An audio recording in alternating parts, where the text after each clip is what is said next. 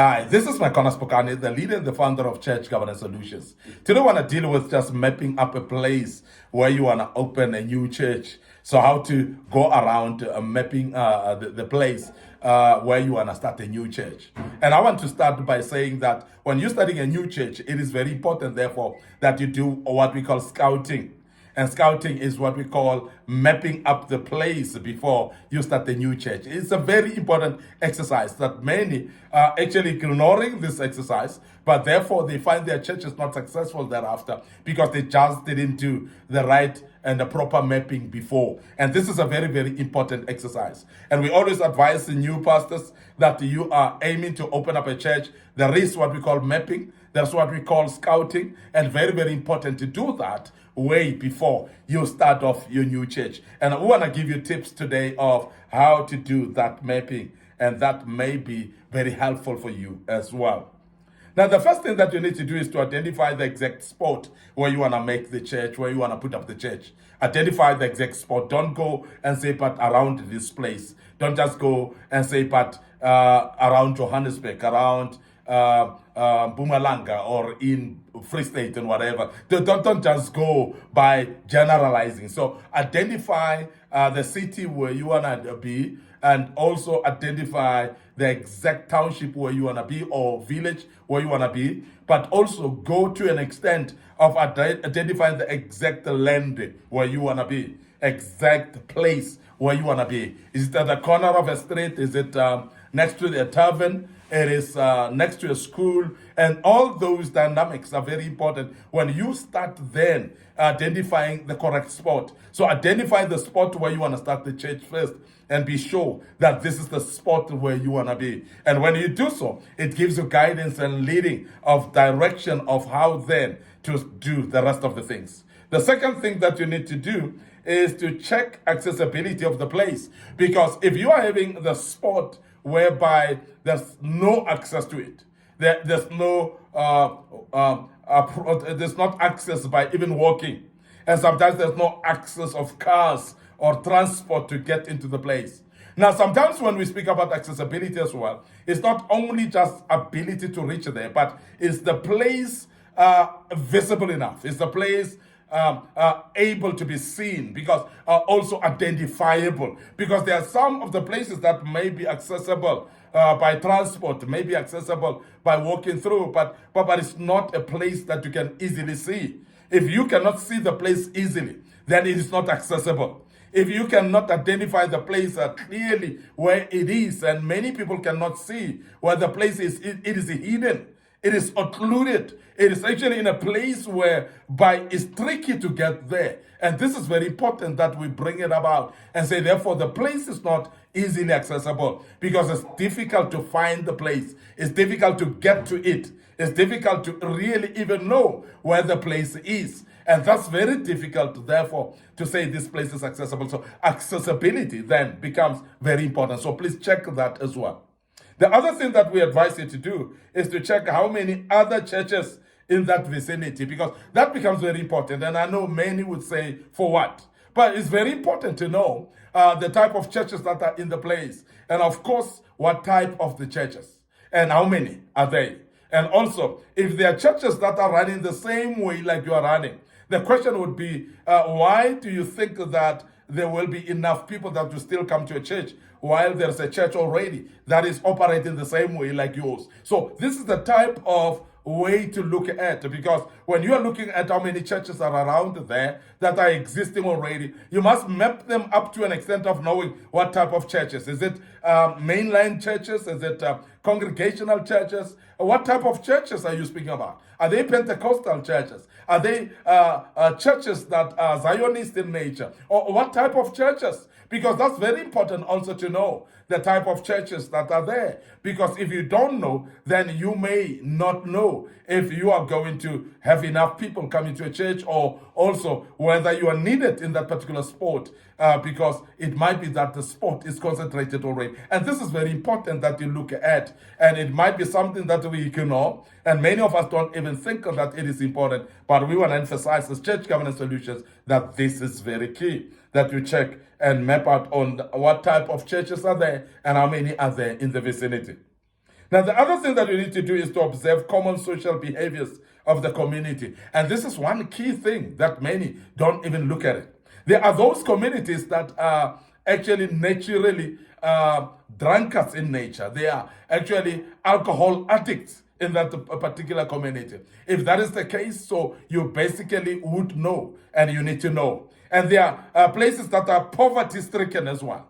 And this is a community that is poverty stricken. So you are able to strategize appropriately to know how to then assist that community, knowing the background that they're coming. There are those that are from affluent areas as well. This community is upmarket, is the affluent, very rich and wealthy community. And that's also something that you need to know. And when you're mapping up the area, that is a key thing to know, because also the approach of how you present your gospel is going to be very important. And we don't say change the Bible, but we are saying your presentation will be different based on the community that you're presenting your gospel to.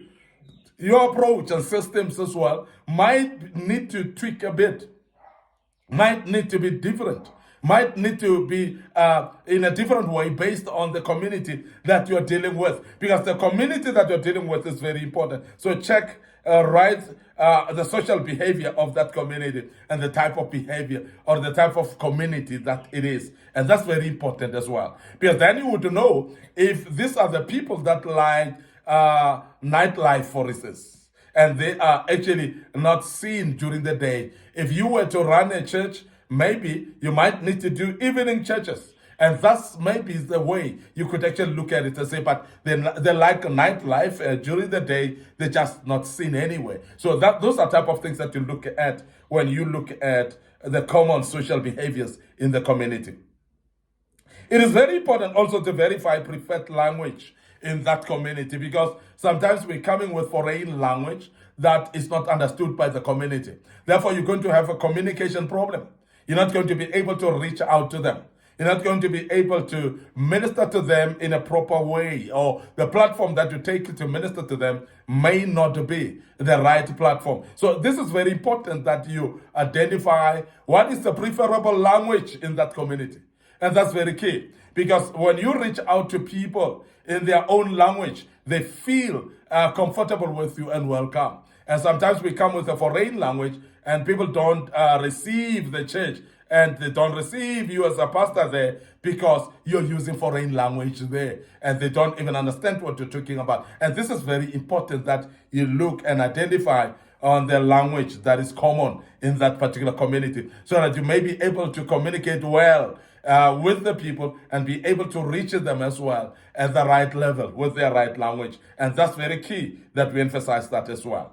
It is very important also that you assess preferred times for church services. And I've said this earlier, that if it is a community with nightlife, they may prefer evening services, not morning services. And if they prefer evening services, not morning services, so oblige and align yourself with the community, because this is the time that they would actually be able to attend. Other than that, if you ignore them, you're going to have massive problems with attendances, because people are running things different ways. And this is the reason why we advise pastors as well, that when you have mapped up the place, you may find that this community don't prefer even services on a Sunday morning.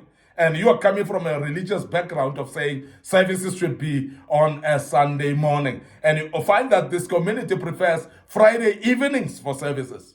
And you can actually align yourself to this community if you've done a proper mapping, a proper checking of the community, and mapping out on how and what they prefer as well. This is very, very important. So the preferred times of church services is very important, and how they want to fellowship as well. The other thing that is of very great importance is spiritually discern strongholds, because there's certain spirits and strongholds in certain communities. And that is very important that you identify that and you discern those spirits as well. I've mentioned earlier that there are those communities that are infested with alcohol abuse. There are those communities that are infested with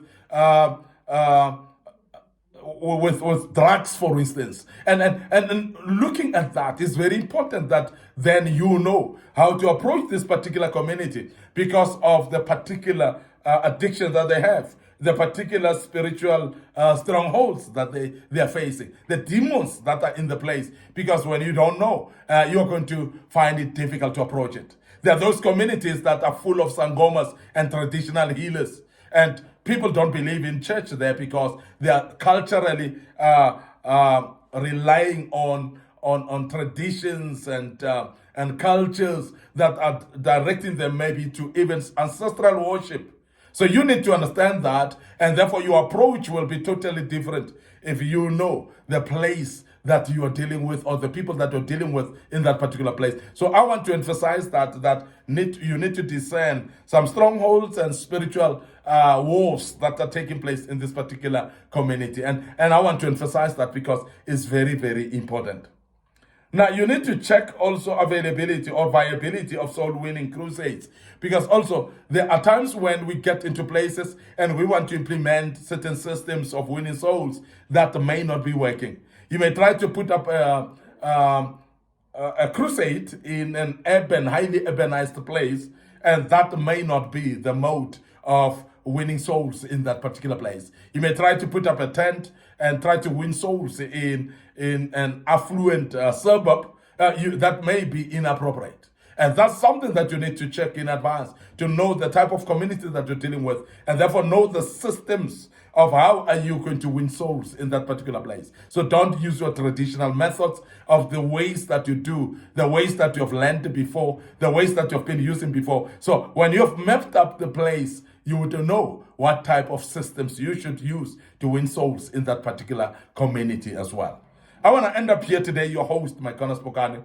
I'm the leader and the founder of Church Governance Solutions. We are restoring godly order in the house of the orderly God. And before I check out today, I want to refer you to our digital platforms, our Facebook page, Micornus Phokane Facebook page, Church Governance Solutions. Don't forget to subscribe and click notification buttons on those particular platforms. Please make sure that you like and follow the pages, and the good Lord will bless us to do that. Our YouTube channel as well, you need to subscribe. It's Young Men Empowerment Forum. So please subscribe to our YouTube channel. A lot of materials that were posted in that particular platform. Don't forget our TikTok account as well. And we believe that as you follow us on this platform, you go further to share the links to these platforms with your loved ones, your friends, your colleagues at work. It could be people that are closer to you by any means. So please share these platform links to them and let them be able to follow us as well on these platforms. And I believe they will be helped as well. May the good Lord bless you and allow me to check out right here till we meet again with the next topic. May the good Lord bless you and cheers for now.